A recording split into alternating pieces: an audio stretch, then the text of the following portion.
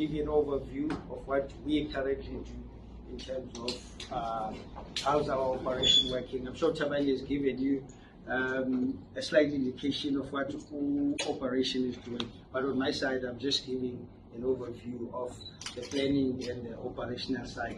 Our role is planning. Firstly, we plan obviously the vessels that are coming in, scheduling the vessels that are coming in, make sure that they are sequenced the way that they are coming in. It's like in the airport, there's a time a certain vessel, there's a time a certain aeroplane come in, and then there's a time where it's supposed to leave. So we do plan, we do scheduling of the vessels and all that, and also the scheduling of trucks that are coming into the terminal, the rails and everything. Basically, before I get into the operationality, I just want to give you an overview of the terminal. For example, this is PM1. It's like similar as said. Just want to make it big. Okay, when I did this presentation, I still had the Pier 2. The Pier 2 on this side, they call it DGT, but with Pier 1, sister terminals. Both these terminals, in terms of container volume capacity, were handling 2/3 of the volume that is coming to South Africa. So meaning that we were the biggest. But now, the other party is one, and probably they've left with 50%, probably left now on our side with plus minus 20. The lighthouse. Is that Russian white?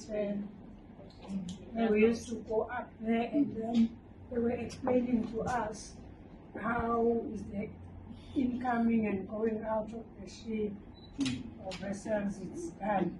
So is it, do you work together with them? Yes, TNPA, yes, we work with them, yeah. Oh, okay. Is that operation still there? Yeah, it's there. The lighthouse is called under TNPA. TNPA is Transnet National Port Authority. So they are an operating division for Transnet. So it's our sister company. So they are responsible for bringing in and taking out vessels. That's why School was explaining that we need to improve their operation in terms of bringing in the vessels and taking them out so that we don't have idle units.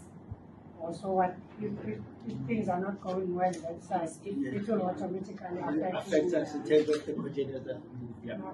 If the helicopter is out of commission, if the tanks are out of commission, those are the equipments that they use to bring in and take out the vessel.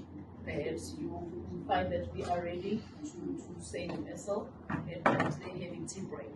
So now we need to wait. So this is the minor thing that I'm making an example of here.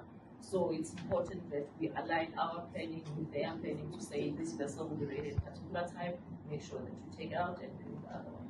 Okay. Also, I'm not sure if you touched on the wind.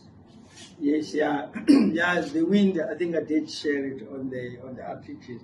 The other challenges is we have with this wind. I think as our equipment cannot work more than 72 kilometers per hour. For example, RTG stopped at 72 and the crane stopped, so we have to stop operation. But now and then we do use a restacker, but wind is one of the challenges that we have. For example, with the changes in weather conditions, I mean, it is impacting us a lot, so it's one of the challenges.